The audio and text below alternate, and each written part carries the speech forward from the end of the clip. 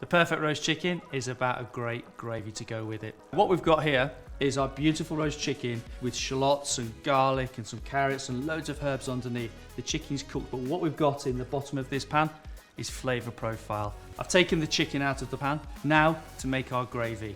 This is the thickening agent to your gravy, flour. And what you're effectively making here is what we call a roux. Normally butter and flour cooked together. This has got the fat of the chicken inside, so we're not adding any butter at all. And as you start to add the stock into the pan, what you're doing is deglazing the pan.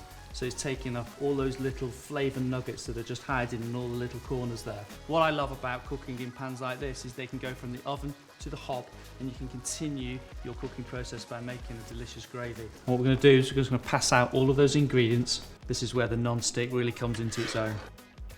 Just push all of that flavour out of those ingredients. Perfect pan for a perfect gravy.